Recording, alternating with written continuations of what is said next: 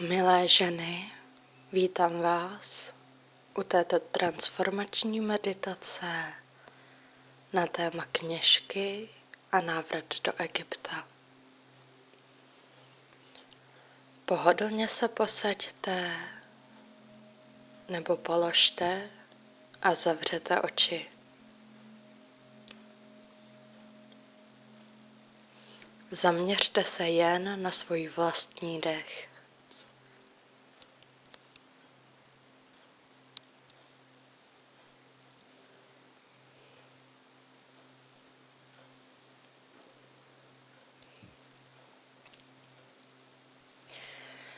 Začněte vnímat své tělo a to, jak se hlubokým dýcháním uvolňuje. Prostupuje vás mír a klid. Zde jste v absolutním bezpečí.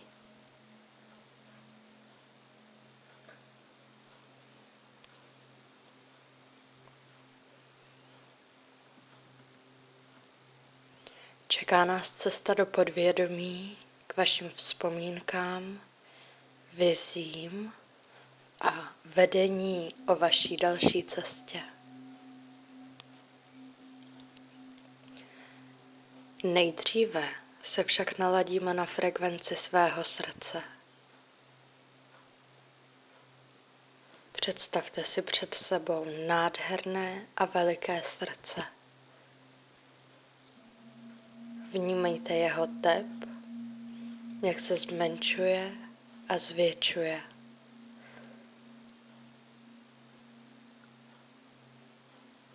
Tep srdce je naším nejpřirozenějším rytmem v těle. Chvíli jej vnímejte.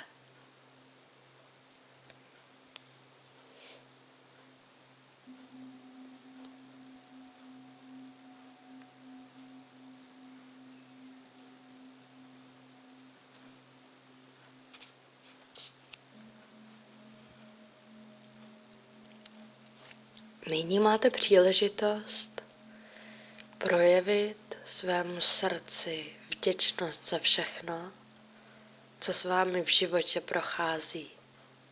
Od radostných chvil až po bolest, kterou nesete ze zkušeností, které vám nějakým způsobem ublížily. Vaše srdce je stále s vámi.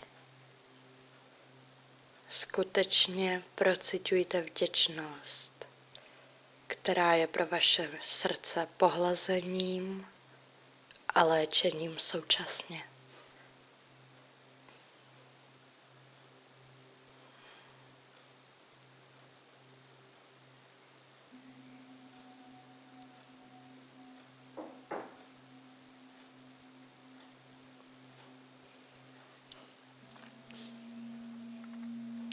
Stojíte na prahu do chrámu.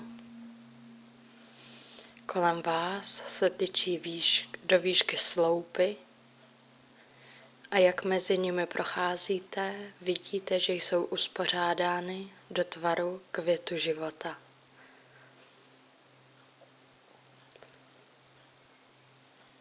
Zastavujete se v samém středu a začínáte si všímat, jak se ve vás aktivuje a probouzí květ života a spojuje se s tím, ve kterém právě se nacházíte. Celé vaše energetické tělo vibruje a upravuje se do rezonance s květem života.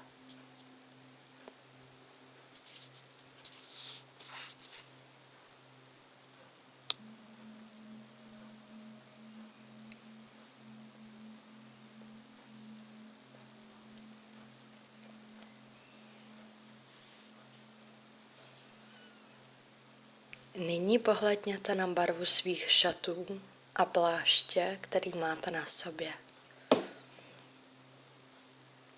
Jakou barvu má? Vnímejte své spojení s touto barvou. Přináší vám informace o vašem životním poslání jako kněžky a zároveň je přirozenou podstatou vaší duše a vašeho projevu. Vnímejte informace, které k vám přichází.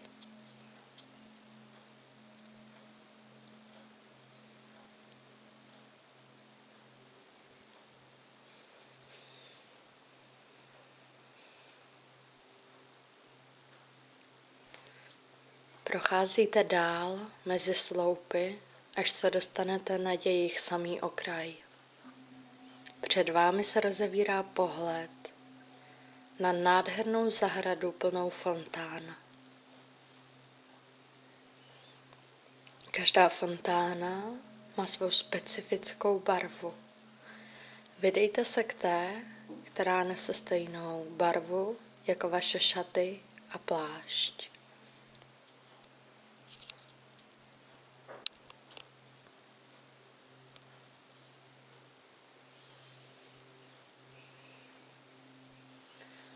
Když se přiblížíte, všimnete si zvláštního geometrického tělesa, umístěného ve fontáně. Toto těleso v sobě skrývá posvátný kód pro aktivaci.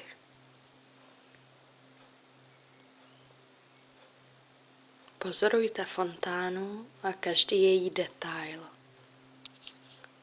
který může být cenným znamením na vaší cestě.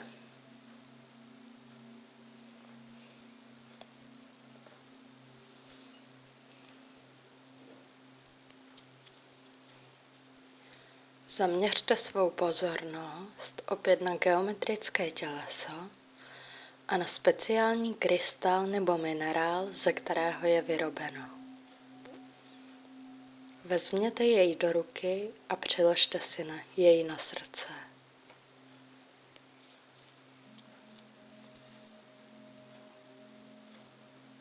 Jeho energetické pole se spojuje s tím vaším.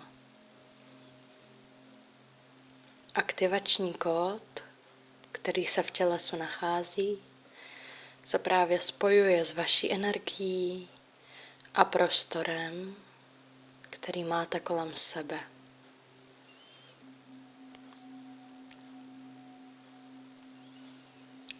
Dochází tak k hlubokému léčení všech bloků a podvědomých programů, které vám bránily se vydat na svou cestu kněžky a za svým životním posláním.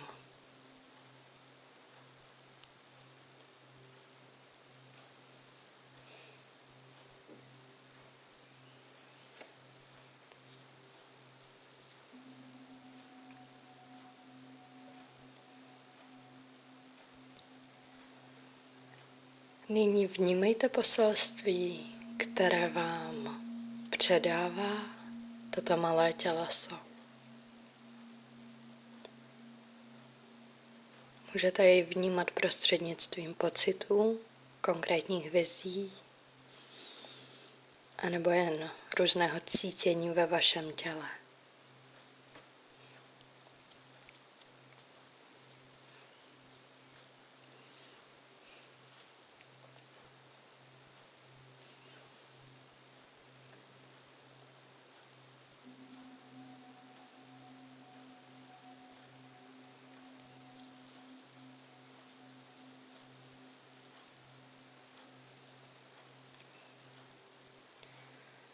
Toto těleso také aktivuje a probouzí schopnosti, o kterých jste třeba dosud netušili, anebo jste o nich věděli, ale vědomě je nevyužívali.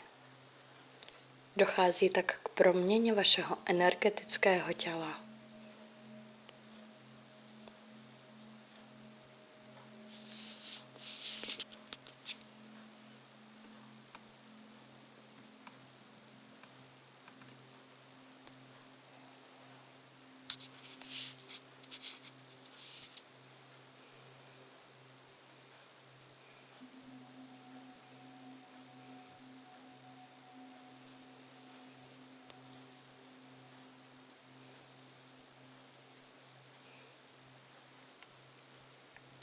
Pokračujte ve své cestě zahradou dál, až na její kraj, kde se před váma otevírá pohled na poušť. Na té poušti stojí světelná pyramida a na ní je velmi zvláštní světlo, které ji osvětluje. Je přímo nad jejím vrcholem. Pomalu kráčejte a procíťte, jak se vaše bosé chodidlo dotýká příjemně teplého a jemného písku.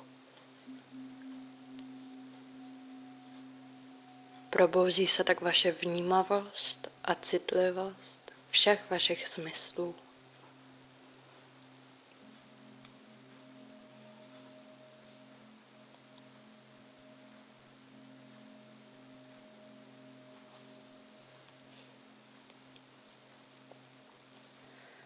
Ke vstupu do pyramidy je dlouhý chodníček, vyskládaný červenými kameny, po kterých právě přecházíte.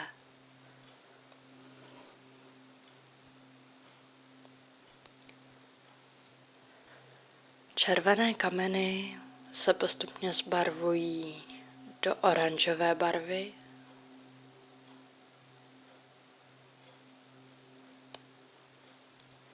Oranžové barva kamenů se mění do žluté.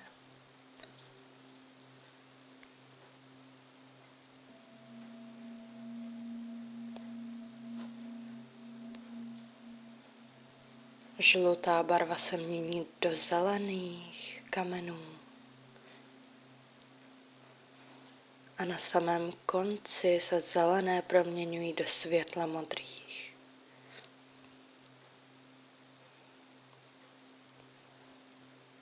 Nyní jste již pár kroků od vchodu a zde stojí dva strážci pyramidy. První z nich vám podává přívěšek třetího oka, který vám zapíná na krku. Druhý strážce vám dává na hlavu čelenku s křišťálem, která je umístěná na třetím oku.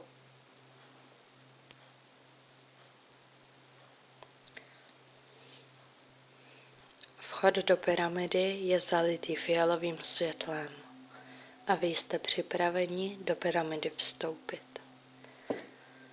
Zvnitřku pyramidy vychází zářivě bílé světlo se zlatými třpitkami. Vstupujete do dlouhé chodby.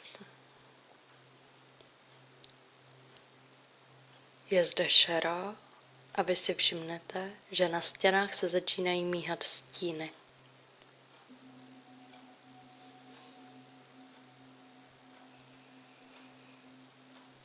Tyto stíny představují vaše strachy.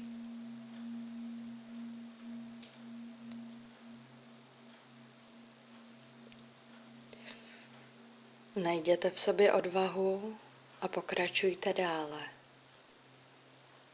Stíny na stěnách vám nemůžou ublížit, stejně tak, jako vaše vnitřní strachy jsou jen ve vaší mysli.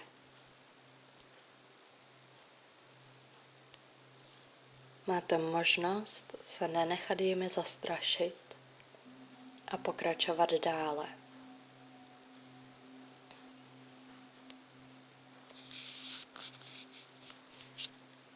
V dáli chodby vidíte světlo.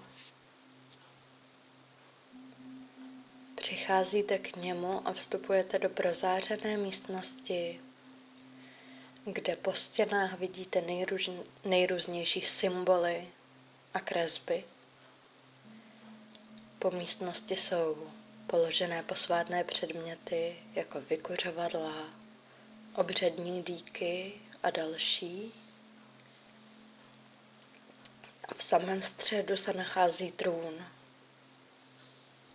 Je jednoduchý, přesto působí honosně a vznešeně. A vrcholem pyramidy na ní dopadá světlo vědomí.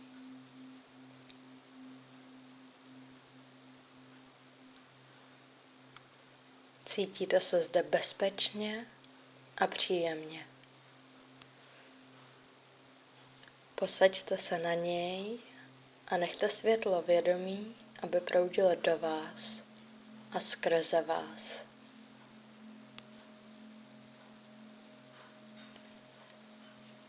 Osvobozujete se tak od všech zbytků nečistot, které vám ještě v energetickém i fyzickém těle zbyly.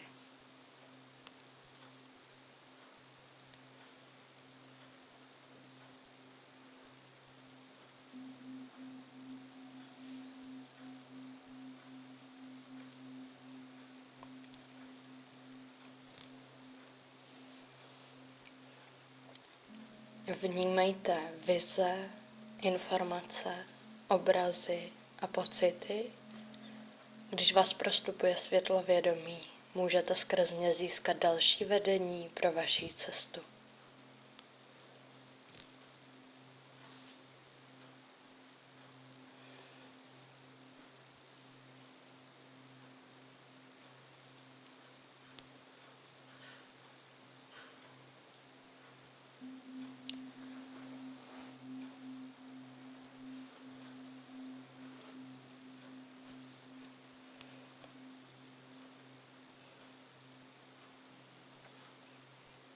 Kolem vás se v kruhu shromažďují další kněžky, oblečené v bílých šatech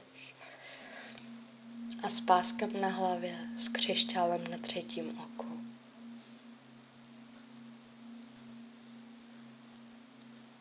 Utváří kolem vás kruh sesterství.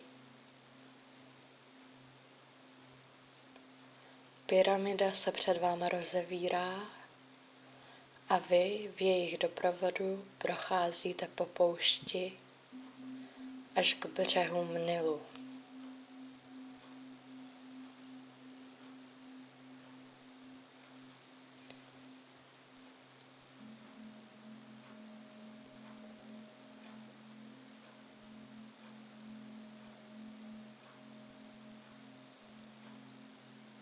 Zde vás čeká rituální očista ve svěcené vodě.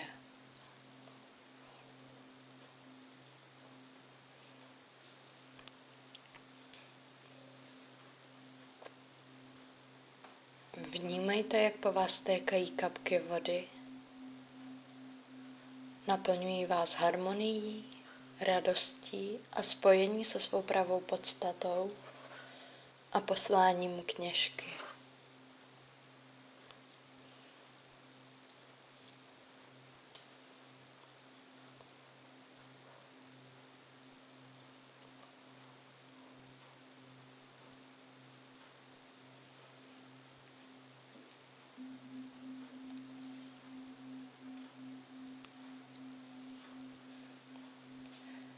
A nyní přichází čas vrátit se zpět,